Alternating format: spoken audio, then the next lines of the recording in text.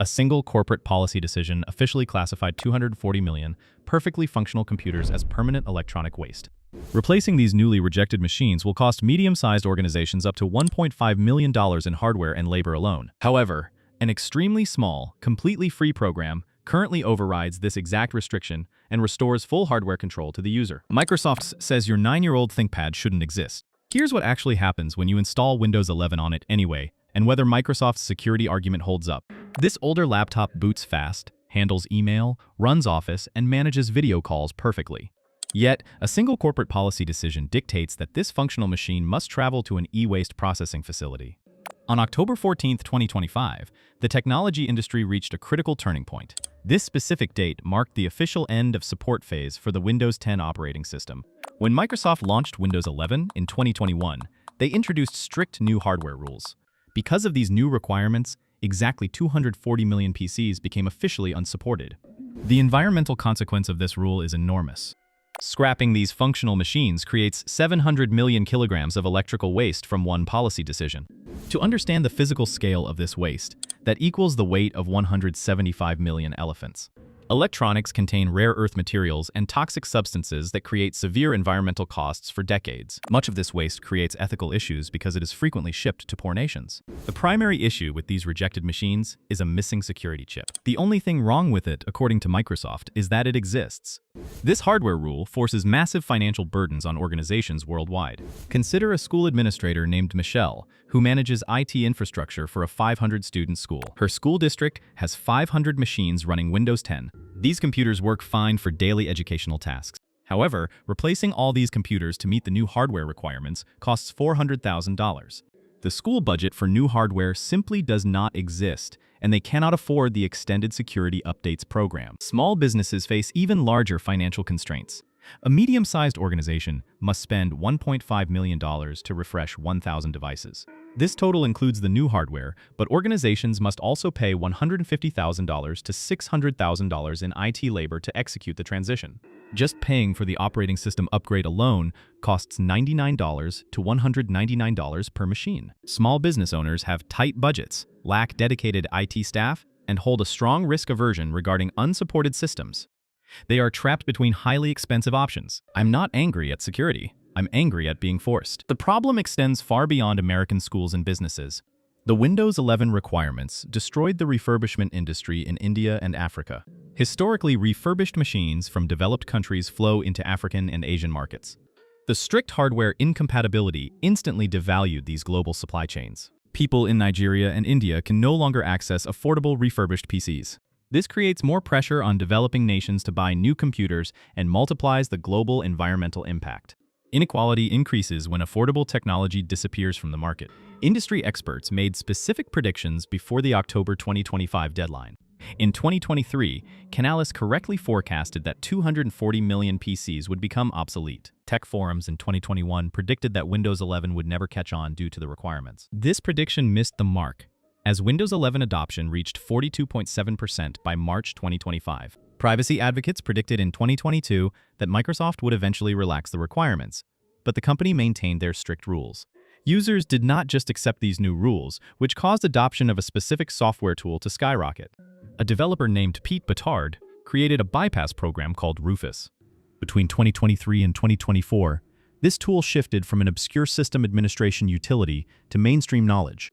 Google Trends registered massive spikes for search terms related to bypassing Windows 11 requirements. The software's GitHub stars accelerated rapidly as Reddit threads and YouTube tutorials spread the bypass method.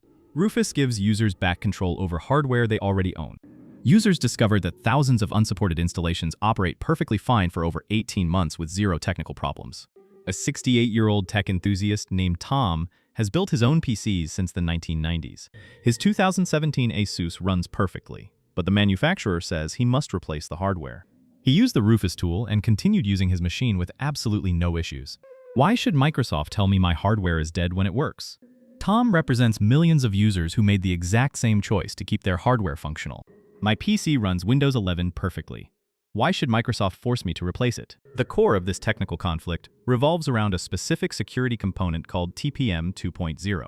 Microsoft Program Manager Arya Carli addressed user complaints in 2021, stating, "We know it sucks, but but insisted the security baseline must change.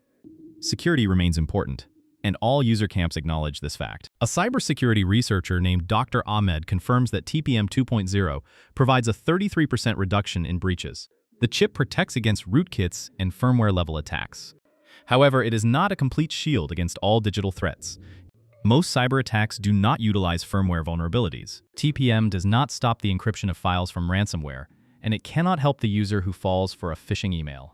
Dr. Ahmed understands the security value, but remains troubled by the massive e-waste impact. There's no perfect answer here, only trade-offs. Users choosing to bypass these rules must accept the associated risks. You can bypass the requirements, but you cannot complain later if security features stop working. Certain myths surround this situation. One myth claims Windows 11 cannot function without TPM 2.0. The reality is that thousands of systems run the operating system flawlessly via Rufus. Proving it is a policy restriction rather than a technical requirement. Microsoft itself created official registry hacks to bypass the TPM requirement. Another myth suggests Rufus breaks the operating system. The tool's creator, Pete Bittard, specifically addressed concerns about the software damaging files.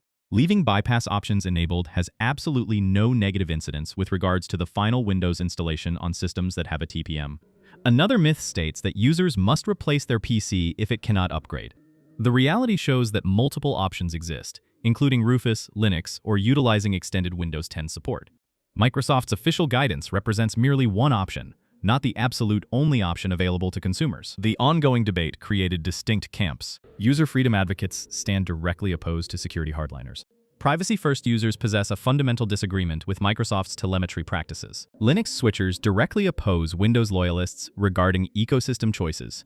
In June 2026, a massive user backlash occurred regarding mandatory Microsoft accounts. This event proved the primary problem was never exclusively about TPM. The central issue focused on user control and autonomy. Microsoft's own forums flooded with complaints from users wanting private local accounts instead of tracked online profiles. This immense pressure forced Microsoft to begin testing local account options. Some users completely abandoned the Windows ecosystem due to these telemetry and tracking policies. By June 2025, United States Linux adoption exceeded 5% for the first time, reaching a 4.7% market share globally. Sarah, a 45-year-old developer, grew entirely fed up with Windows telemetry. The June 2026 account issues pushed her to format her drive and install a Linux distribution called Pop! OS. She refuses to return to her previous operating system. If the OS won't respect my autonomy, her hardware runs applications like LibreOffice, OnlyOffice, Thunderbird, and Chrome much faster on Ubuntu or Pop! OS than on modern Windows. A direct performance comparison reveals Linux handles these tasks better on 7th-gen hardware. If you have to keep fighting Microsoft to use your own computer, just install Linux. Technology markets experienced this exact pattern before. During the 1980s and 1990s, IBM tried to lock users tightly into their proprietary hardware ecosystem. Users fought back using open standards, and competition eventually won the market. The industry also witnessed planned obsolescence in mobile phones when Apple and Samsung intentionally slowed older phones via software updates. Users created a massive public backlash when they discovered the practice, which led to regulations and transparent acknowledgement from the manufacturers. History is rhyming with Windows 11. Between 2006 and 2008, the Vista hardware requirements controversy caused a massive fight over minimum computer specifications. Microsoft eventually backed off some requirements for Vista due to the user backlash.